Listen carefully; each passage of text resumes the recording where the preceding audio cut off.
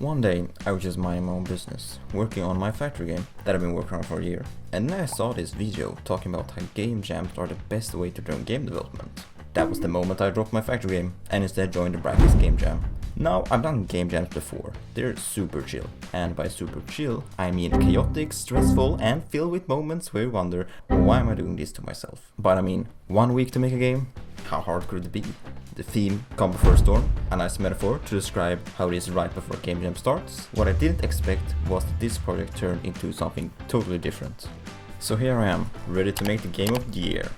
I open Unity, crack my knuckles, and then nothing. Just me staring at a blank screen, questioning every life decision. Maybe a game about a boat caught in a storm, or maybe a game about preparing for an apocalypse. No, overdone. And then it hit me. A horror game. Peaceful by day, horrifying by night. Perfectly original. Totally not inspired by every other horror game ever. The idea was simple. You're trapped in a house with a monster, collect items, purify the house, survive the night. The only problem is that I have never made a horror game before. But I mean, how hard can it be? Step 1. Make a scary monster.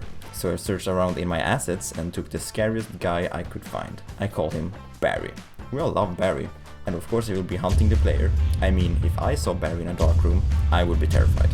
Now, I've been doing game development for 3 years, but guess what?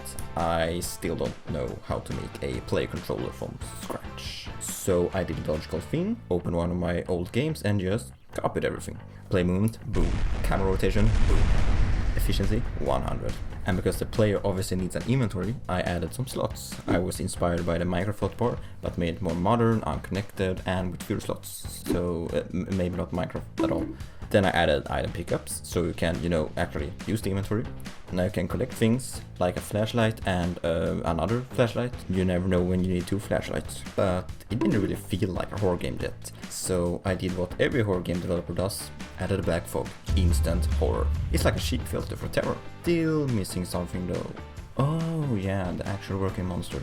I added movement to Barry, so he can chase you and some spooky sound effects, but at this point he's less scary and more kind of sad. Poor Barry. It's like he's trying to catch you, but forgot how legs work. But anyways, legs are overrated and I can't be bothered by that right now. So instead I need a map. I whipped out my trusty map design tool, Paint. The house will have 3 floors, a main level with 4 rooms, an upper level with 2 rooms, and of course a basement. Because every horror game needs a basement. It's like the law.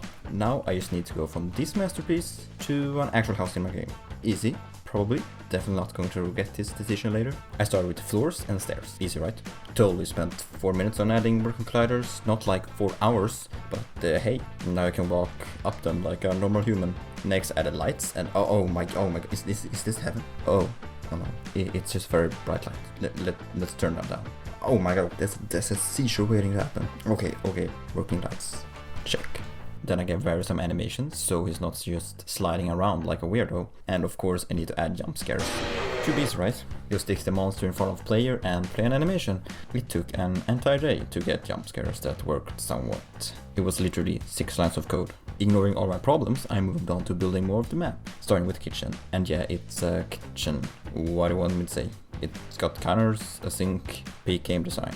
Oh, but get this, you can open the fridge. Crazy, I know. Totally didn't spend way too long on this very necessary mechanic. Then I added the dining room, and guess what? It's a dining room. It's a dining room. It's all it is. What do you want from me? It's got a table, some chairs, classic dining room vibes.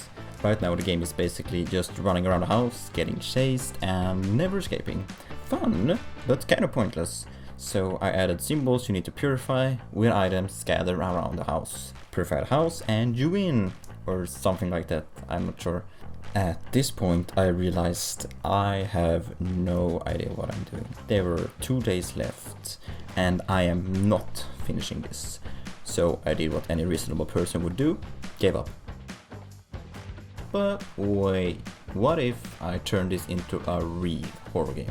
Animatronics in a factory, chasing you. Boom. I'm basically a creative genius. Think Five Nights at Freddy's, but better. I've never played Five Nights at Freddy's, so I'm not sure what I would compare to, but you probably have, so you probably get it. So I scrapped the map and started first. Step 1, build the floor. Done. Step 2, add the most important room. A room full of mannequins, staring at you, menacingly. Why? Because why not? To make the game more immersive, I added view bobbing, but I don't know how to make view bobbing.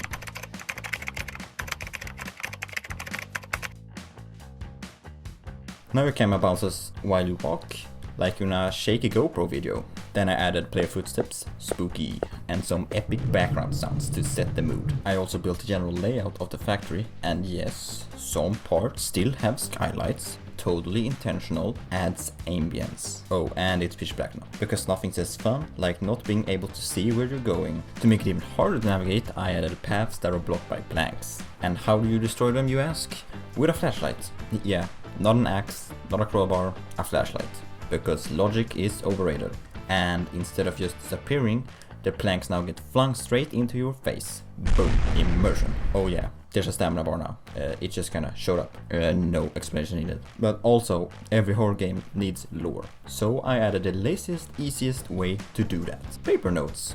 Just slap some cryptic messages on random tables and bam, you got a backstory. Now I realized it might be too dark, so I added lamps, but having them on all the time would be way too overpowered. So naturally, they flicker on and off, because you know, horror or something. Oh, and the flashlight? It now has its own little spot to be picked up from. No more crawling on the dirty floor to grab it, because honestly, everyone does that. I've got standards, and so should you. So that's where we're at. A spooky factory, Barry, mannequin staring at you, and a whole lot of darkness. Is it perfect? Absolutely not. But is it scary?